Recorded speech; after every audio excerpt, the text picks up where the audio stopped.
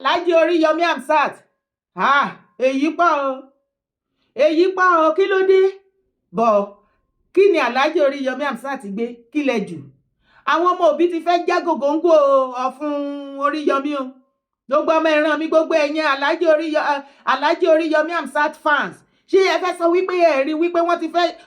ti fẹ́ já gògóńgò ẹ̀mí kọ́kọ́rọ́ alátẹni? Gbogbo ẹ̀yin ọmọ tẹ́ bẹ̀rẹ̀ sí ní fi èpè ránṣẹ́ sí Alhaji Oríyọmí fẹ́lẹ̀ tí wọ́n sọ yìí, ẹ máa gbẹ́nu sí máìkì lórí iléeṣẹ́ Àgídìgbo. Ẹ lọ ṣàlàyé ìdí tí ẹ fi ń gbé wọn ṣépè. Kí ni nǹkan tí wọ́n wí tó le tó yẹ tó wá di èpè? Ìkúnlẹ̀ abiyamọ, èpè ipò ọ. Ẹ wá gbọ́ ibi tí ọ̀rọ̀ ti bẹ̀rẹ̀. Àwọn ọmọ òbí ni o, òbí kéréńké. Orí Yorùbá fín. Orí Yorùbá fín. Yorùbá òbí ti rí yín fín o. Láti pe Olúbàdàn ní my friend. Ẹ dábò rẹ̀ rú bẹ́ẹ̀ yẹn o. Dàrú à ń sọ fáwọn èèyàn ni. Ẹ ti dàrú bá o. Ọmọ Ìbàdàn òbí ti rí yín fín o. Yorùbá òbí ti rí yín fín o. Ó ń pe orí adé ní my friend. 70 years older. The cabinet imperial majesty. The president go pe ni my friend. Kò sọ bẹ́ẹ̀ ọmọ ṣe close to. Bóyá mi ò sọ pọ́sọ̀ say my friend bóyá my brother ló gbé. No my brother ni ó pe ni my brother. I thank my brother. My brother ṣì dá. My brother gbogbo yóò sọ Mo brother. ní ṣe my brother ṣì dá. My brother wo ló ń dá ní kábíyèsí. Títí bàbá ẹ̀. Títí bàbá ẹ̀. Our father ló yẹ kó. Ṣé ẹ gbọ́ Ṣé nígbà ẹ̀gbọ́n ní tí master Ìbàdàn ni? ṣé ẹ gbọ́ nígbà tí kábíyèsí sọ̀rọ̀ kábíyèsí sọ̀rọ̀ kábíyèsí ní Wọ́n ti ẹ̀ tí àti ìgbọ́. kábíyèsí ní ẹ dúpẹ́ lọ́wọ́ rẹ̀. Kábíyèsí rí bá sí president. Ṣé bẹ́ẹ̀ ti gbọ́ fídíò yẹn báyìí sìn? Ẹ jọ̀ọ́ between you and myself, torí tí ẹ bá mi nífẹ̀ẹ́ lọ síbi comment section, tí ẹ bá rí bọ́yẹ kó fún Oríyọmí Hamzat, èpè burúkú àti Ìgbò àti Yorùbá o, èpè èébú, èmi náà wá fẹ́ bi ẹ́ jọ ọmọ ìyá mi. Ṣé mẹ́sẹ̀jì tí Peter Obi tí ó fi ránṣẹ́ ní ọjọ́ Saturday láti congratulate bàbá wa Olúbàdàn of Ìbàdàn tuntun, bàbá Rasheed Ládọjà, ṣé ó bù wọ́n kù àbí báwo ló ṣe ṣẹlẹ̀? Ṣé ó kù díẹ̀ káàtó àbó sì wà ókè? Wọ́n ní Peter Obi àdírẹ́sì bàbá Olúbàdàn wípé my dear brother, congratulations as you become the next Olúbàdàn of Ìbàdàn. So Oríyọmí Hamzat ló wá sọ wípé ó bu Peter Obi kù láti máa rìfásì sí the latest Olúbàdàn ọba Rasheed Ládọjà wípé kó máa rìfásì wọn pé my dear brother. Wọ́n ní ó bu àbùkù fún àwọn ọmọ Ìbàdàn as a whole, ó sì tàbùkù gbogbo àwọn ọmọ ilẹ̀ káàárọ̀ òjíire. Èyí ni wọ́n ní kó mórí wá kó fi ọrùn lẹ̀ o. Wọ́n ló fẹ́ dájà alẹ́ ni. Wọ́n ló ti politics bọ̀. Wọ́n ní kò fẹ́ kí Obi kó rí, ó fẹ́ borúkọ Obi jẹ́ torí election tó ń bọ̀ kó má rí vote ni. Wọ́n ní gbá wọn náà wo ọ̀pọ̀lọpọ̀ ọmọ Yorùbá náà bu. Ọ̀pọ̀lọpọ̀ ọmọ Yíbò náà sọ̀rọ̀ sí ìmí ìgbésẹ̀ pé èpè yẹn ti pọ̀ jù. Ìkúnlẹ̀ abiyamọ ẹ ṣàánú.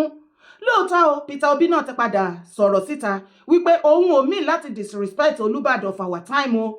Ipe bàbá Ládọjà o, eldest brother náà jẹ́ fóun, bóun dẹ̀ ìwọ tó bá close mọ́, bóun ṣe máa ń rí fásitì sí gbogbo àwọn èèyàn nìyẹn.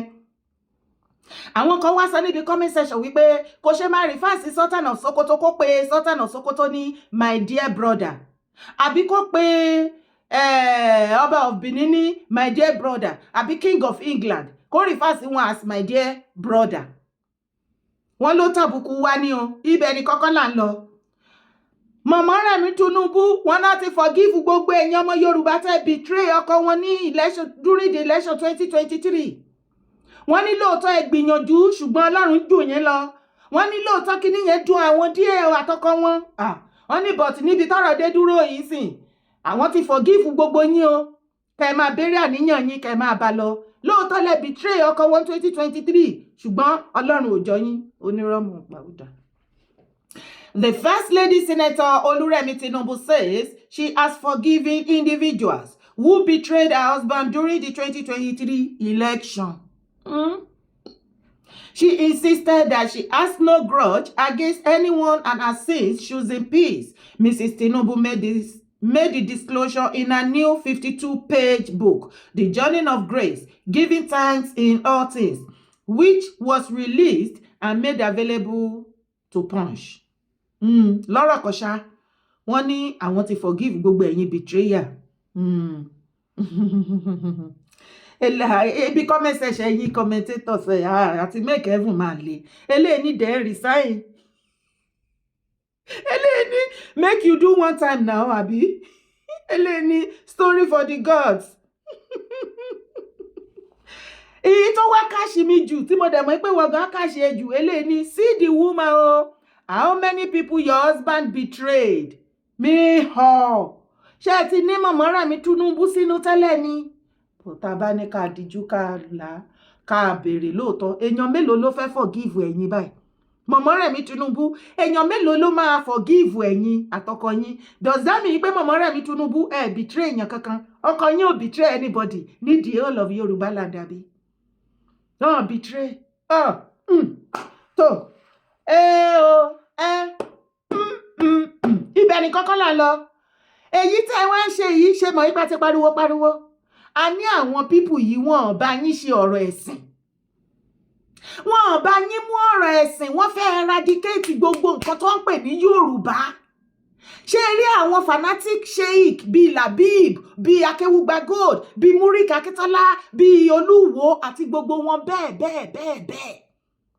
àwọn ṣe wọ́n fi ẹ̀sìn wọ́n fi ń condemn gbogbo nǹkan Yorùbá pátápátá kó wà disgusted sí ẹ kó má like ẹ mọ́ kó dùnú torí àwọn ìran ọmọ Málì ni wọ́n Málì ní bàbá tí wọ́n tó ti wá sílẹ̀ Yorùbá wọ́n pẹ́ra wọn ní o àwọn ṣe tí wọ́n níbi ẹ̀sìn láti brainwash ẹ kó kẹ̀yìn sí gbogbo nǹkan orísun ẹ ọ̀run ẹ tó jẹ́ ti ilẹ̀ Káàárọ̀ Oòjíire àwọn nìyẹn ní ti àwọn Labib online ṣó wá rí àwọn second set àwọn ni wọ́n pa wọ́n lógúnlógún lọ́gbọ̀nlọ́gbọ̀n ṣé o rí pé wọ́n ti fẹ́ eradicate wọn tán ní Kwara gbogbo Yorùbá tó wà ńbẹ̀ náà ti fẹ́ pa tán my dear wọ́n náà ti pa baálẹ̀ ọmọ Yorùbá ńbẹ̀ ó ṣé ti rí bó ṣe ń lọ ẹ wá gbọ́. lórí ohun tó ṣẹlẹ̀ ní Òkè Ọdẹ lánàá àti tó ń ṣẹlẹ̀ lọ́wọ́lọ́wọ́ báyìí kí ni ẹ lè rí sọ sí. n tó ṣẹlẹ̀ lọ́wọ́lọ́wọ́ báyìí agbára wa ò fẹ́ ká mọ́ àmọ́ ní tí mo lè rí sọ sí ni pé mò ń bẹ Kwara State government mò ń bẹ àwọn stakeholder wa Kwara South for immediate withdrawal of military line in our land this is a pure Yoruba land why military line why àbòrò ń pa wá ẹ wá kó bòrò wá kó máa wá protect wa àwọn ọdẹ wa tá a rí lánàá tó pa lánàá wọn láti sọ fún wa pé àwọn military line lead squad wà bá wọn so ìdílé lẹ́yìn láti wá sí báyìí pé Kára market ibẹ̀ náà military line ibẹ̀ náà bòrò wà we don't want military line in our land láti ẹ̀fẹ́ bòrò mọ́ ilẹ̀ wa one peace in our land. ọ̀pá náà wà tí wọ́n dúró wámúwámú láti rí wípé kò sí rògbòdìyàn ẹ jẹ́ kí a gbọ́ lẹ́nu àwọn ọ̀dọ́ náà ohun tí ó ṣẹlẹ̀ ìdí tí wọ́n fi dí ojú ọ̀nà. so ẹ ṣe gan-an baba BBC the main reason why we are here today torí ẹ̀ ni pé àwọn èèyàn wa tán pa ní Òkè Ọdẹ ní baba ńlá lórèké I'm from that area tẹ́lẹ̀ bá property mi jẹ́ nílùú yẹn so inú wa òdùbá ṣe ń pa ọlọ́pàá tán ń pa Yorùbá we are doing this to support the government of Abdulrahman Abassad we are not against the government and we know the government is trying its best but we are using this opportunity to call Abdulrahman the Tinubu to come to our aid to support us we need more security in that area I need the ọ̀pọ̀lọpọ̀ security lórí àyẹn I need the army barracks níbẹ̀ yẹn because àwọn people yìí igbó yẹn láti bàbá ńlá tó fi lọ sí Ẹ̀gbẹ́ ní Kogi state kò sí ìlú kankan bẹ̀rẹ̀ bẹ̀rẹ̀ máa hàì sí so abẹ Ọlọ́run abẹ Tinubu kó jọ kó wá kó ṣàánú wa lórí ọ̀rọ̀ yìí I need the help wọ́n ti fẹ́ pa wá tó o èèyàn 14 náà pa lánàá so èèyàn 15 náà pa lánàá yìí tó wá gbà wá lọ́kàn I need kí Tinubu kí fọ́dà kán ti ọjà Àjàṣẹ́ ìpa for the meantime owó tí wọ́n gbà káàsì tó ń gbà á fi ń ra màálù wọ́n fi ń kó pamọ́ ni gbogbo àwọn tó ní màálù tí wọ́n lẹ́mìí burúkú kan wọ́n ti sá kúrò nugbó so I need help government kan jọ torí Ọlọ́run Abraham ní try o against the government here but kí Tinubu náà help wa lórí ọ̀rọ̀ I need help Yorùbá ni wá o family làwọn àti Tinubu Ọlọ́run bẹ̀rù wa. ẹ sọ̀rọ̀ nípa ọjà Àjàṣẹ́ pé kàn ti pa kí ni ó ṣẹlẹ̀ pẹ̀lú ọjà Àjàṣẹ́. Málà ló ń ná ọjà Àjàṣẹ́ yìí owó tó bá ti gbà ibẹ̀ náà máa ń gbé wá ibẹ̀ náà ti wá ń ná wọn láwọn tó máa ń rán wọn ní informant so abẹ gọ́ọ̀mẹ̀ntì kan jọ kan help wa lórí ọjà Àjàṣẹ́ yìí kan bá wa ti pa for now tá a bá gba owó tí wọ́n bá ríbi tó bá ti ná owó yẹn máa wà useless owó tó ń gbà tó ń ríbi tó ti ń ná òun ló jẹ́ ká tó máa rí ní dẹ́sà tó máa gbà owó ìṣòwò à ń bẹ gọ́ọ̀mẹ̀ntì kan jọ ká torí ọlọ́gbogbo káà tó wà nílẹ̀ gómìnà pátápátá kan bá wa tì for now àwọn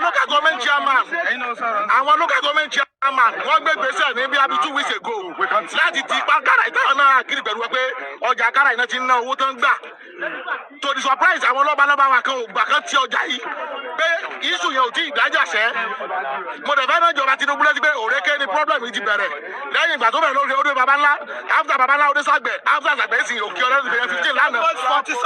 after òkè ọ̀dẹ́ sì ìgbàjà làwọn bíbù yìí fẹ́ wá tọ́ba ti wá nígbà tí àwọn ọdún oníkà àjà sẹ́sù à ń bẹ Ọlọ́run à ń bẹ gọ́ọ̀mẹ̀ntì Tinubu kan jọ kẹ́hẹ̀ fún wa o àdìgbò fún wọn tí wọ́n là ń ṣe o Ọlọ́run ní bá dáadáa ọmọ Nàìjíríà jẹ́ o. ṣé ẹ ti rí kó ti ń clear dáadáa sìn ṣe rí àwọn àgbààgbà wọn ní north àwọn leaders wọn àwọn Fúlàní leaders àwọn ni wọ́n ń kó irinṣẹ́ lé àwọn ọmọ wọn lọ́wọ́ kí wọ́n máa pa ẹ̀yin Yorùbá jókòó síbẹ̀ kó jókòó síbi ẹ̀sìn ṣé o ti rí baálé ọmọ Yorùbá tán pa mùsùlùmí pọ́nbélé ṣé bó máa ń gbọ́ statement yẹn tí mo máa ń sọ from my own side tèmi ni mo máa sọ wípé by the time táwọn people yìí bá dé tán fẹ́ wá eradicate yìí tán fẹ́ wá pa yín wọn ò ní béèrè lọ́wọ́ yín ṣé mùsùlùmí ni àbò kìí ṣe mùsùlùmí ṣe bí Yorùbá ni máa yẹn báyìí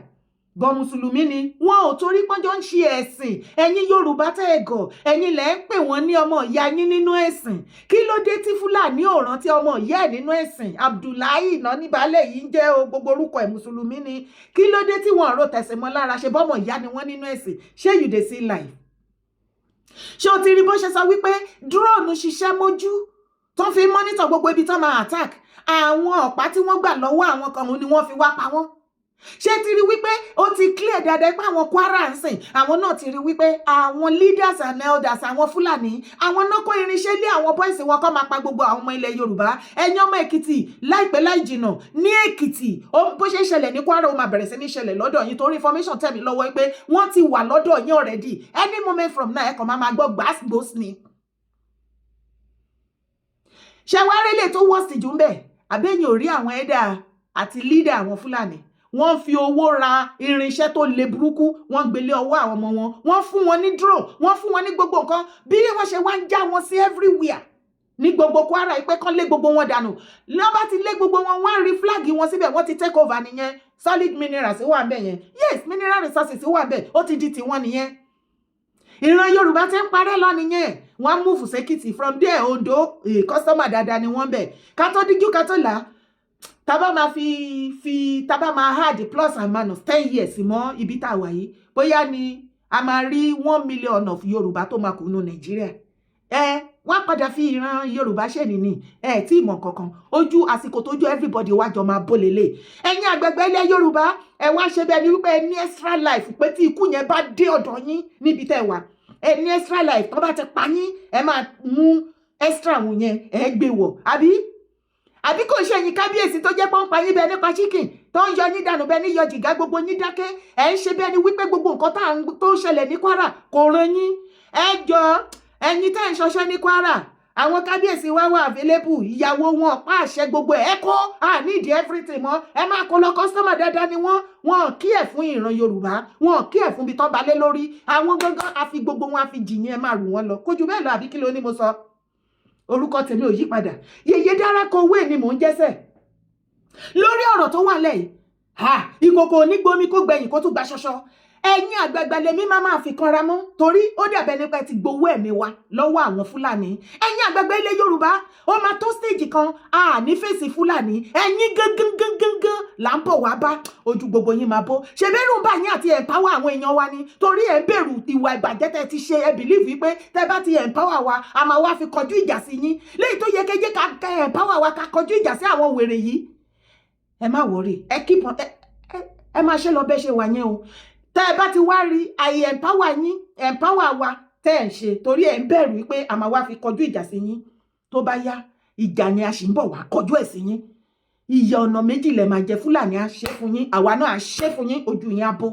ó dìgbà yẹn má gbàgbé láti bá mi share fídíò yìí.